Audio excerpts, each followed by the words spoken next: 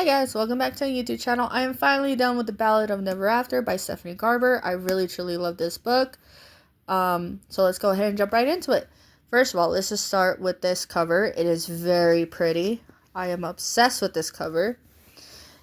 And I also love the map.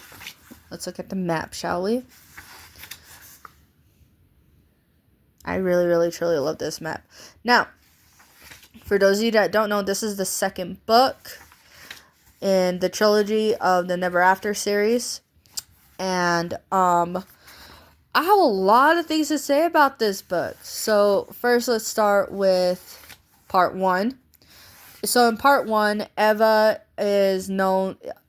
knows that she can unlock doors by using her blood. She has to prick her finger and unlock any door that she wants in Wolf Hall. And she comes to find out that her husband, Apollo, is under a deep sleep. So she basically she's not ruling the kingdom, but she's just there as a widow. So she's in her widow colors.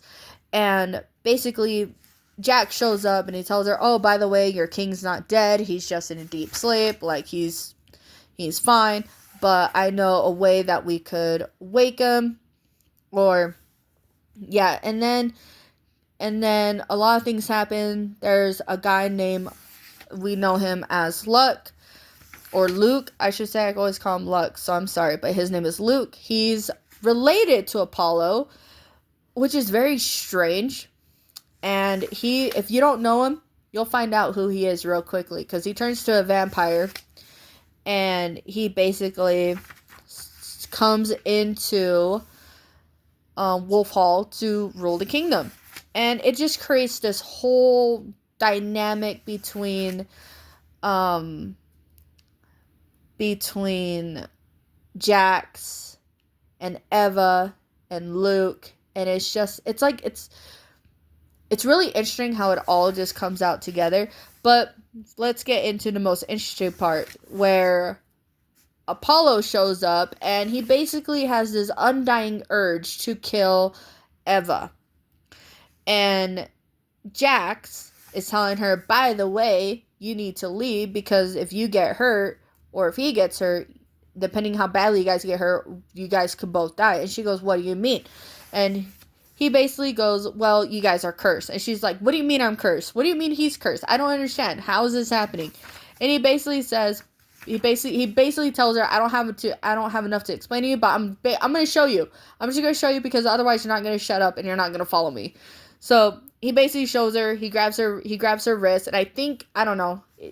wrist, gives her a cut, and the same way that the cut ended up on her arm, or on her wrist, it showed up on Apollo. So it finally clicked for Eva, like, okay, now I'm really in danger, because now he's after me. And he's like, yep. So they run off, and they go into the cemetery where they found Castor. Castor is a vampire. He has stuff for the undead, and yeah, he lives in a cemetery, so he's a vampire. Everything is just all vampire colors. And basically Castor and Jax both tell her that there's the only one way to break this curse. You have to find these stones, and it will unlock it will sever the tether between you guys. And she's like, okay, cool. But she doesn't want to do it, because everybody's telling her, like, it's for the good, it's for the bad, it's not going to be worth anything, it's just going to be like a waste of time. And Lala, who is Eva's friend, she ends up telling Eva to mix reactions. First, she tells her, don't open it. Then the second reaction is, you should go ahead and open it. But then she's also very hesitant when she tells her to open it, because she's just very, like, torn. And you can see her reaction inside the book, and it's just like, okay, so why are you telling me to open it, but yet you're torn and you don't want me to open it? What is going on? She doesn't explain. She doesn't go any further. So it's like, okay, cool, whatever. So then, fast forward into the other parts and share the story. One of the stones are found at this wedding party that is for Lala and her fiance. And Lala, if you don't know her, she is the fate of the Unbride. I think that's what her name is. I can't really remember. I know it's something to do with her not being able to be married because something always tragic happens. And so it's just very interesting. But anyways, so basically they basically they find one of the stones, and they found another stone that is on another. So Eva is part of a prophecy, but she's not the first one to be part of that prophecy. There's another girl in the story who's also part of that prophecy, but she has only the stone of staying young. I think it's called the Youth Stone. I don't know where it is, but I know I had it in here somewhere. Yeah, she has the Youth Stone to where she can stay young forever, and basically she tells her that you can't trust Jax, you can't trust Castor, because you're just a pawn in somebody else's game. You're gonna die, and I don't want to die, because if you open that arch, I'm going to die. So yeah, so these are the stones that she has to find. She already has the one for luck.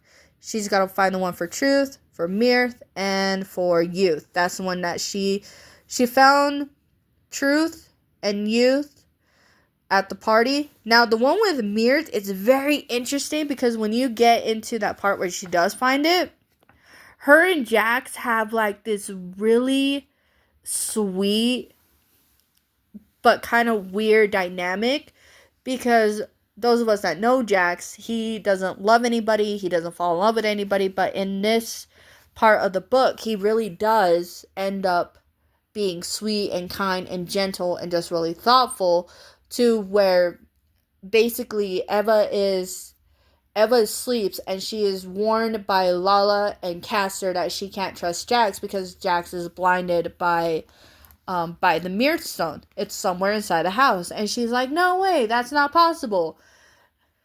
She ends up waking up one morning, going downstairs to make herself toast for a baby dragon, for her and a baby dragon. The baby dragon sees the gem, goes up to it, tries to paw at it. She walks over to it, and she's like, oh crap. He does have the stone. It's been here the entire time. So then Jax comes downstairs, and he's like questioning Eva, like, oh, how come you didn't stay with me last night? Like, you don't have to run away from me. And she basically tells him, no, I'm not trying to run away from you. It's just, I just woke up and I want to get breakfast. And Jax looks at her and is like, okay, well, whatever, that's fine. But he was acting very, very shy. So basically, Eva basically pushes Jax away and says, by the way, we're being clouded by the mirror stone.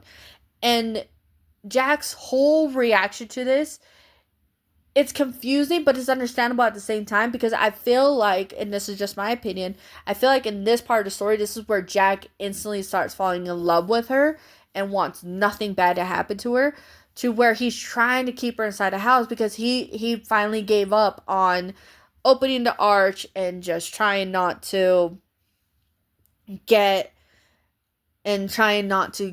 accomplish his goal. Like, in my opinion, that's where I'm headed towards.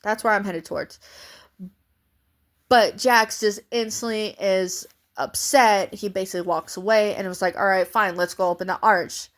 And she looks at him and goes, well, I thought you wanted me to open it. He goes, yeah, no, I definitely want you to open it. Let's just go. And I'm like, hold up, what? What are you doing?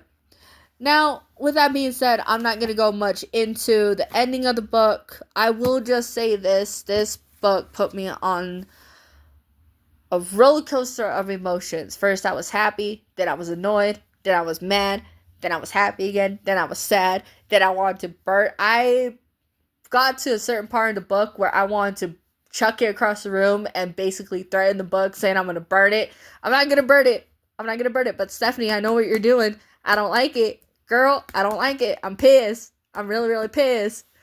But anyways, with that being said, I'm going to rate this book a 10 out of 10. I really, really, truly enjoyed this book, because there's a lot of twists. There's a lot of turns. There's a lot of, like, up and downs in this book.